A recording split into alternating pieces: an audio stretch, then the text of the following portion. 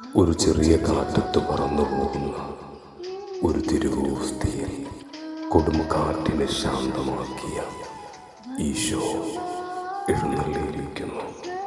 അവിടുത്തെ തിരുമുമ്പിൽ നമ്മെ പൂർണ്ണമായി സമർപ്പിച്ചുകൊണ്ട് മാലാഖമാരാലും വിശുദ്ധരാലും സദാസമയം ആരാധിക്കപ്പെടുന്നവനും സ്തുതിക്കപ്പെടുന്നവനുമായ ഇന്നും ജീവിക്കുന്ന ദൈവത്തിൻ്റെ പുത്രനായ ദിവ്യകാരുണ്യ ഈശോയുടെ തിരുമുമ്പിൽ ശിരസ് നമിച്ച സർവപ്രപഞ്ച സൃഷ്ടികളോടും കൂടെ ചേർന്ന് നമുക്ക് അവിടുത്തെ കുമ്പിട്ട് ആരാധിക്കാം.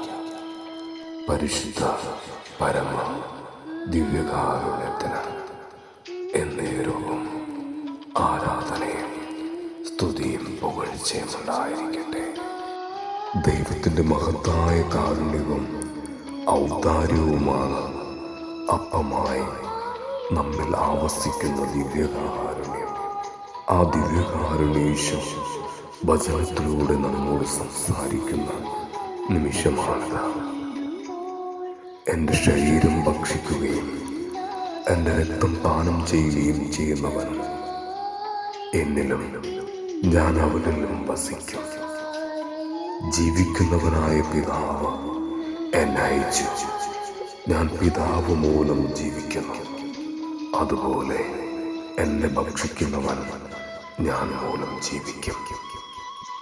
ഓ ദിവ്യകാരുണ്യ ഈശോയെ, ആത്മാവും ജീവനുമുള്ള തിരുവചനം അങ്ങയുടെ ശരീര രക്തങ്ങൾ സ്വീകരിക്കുന്ന ഞങ്ങളിൽ മാംസം ധരിക്കട്ടെ. ആമേൻ.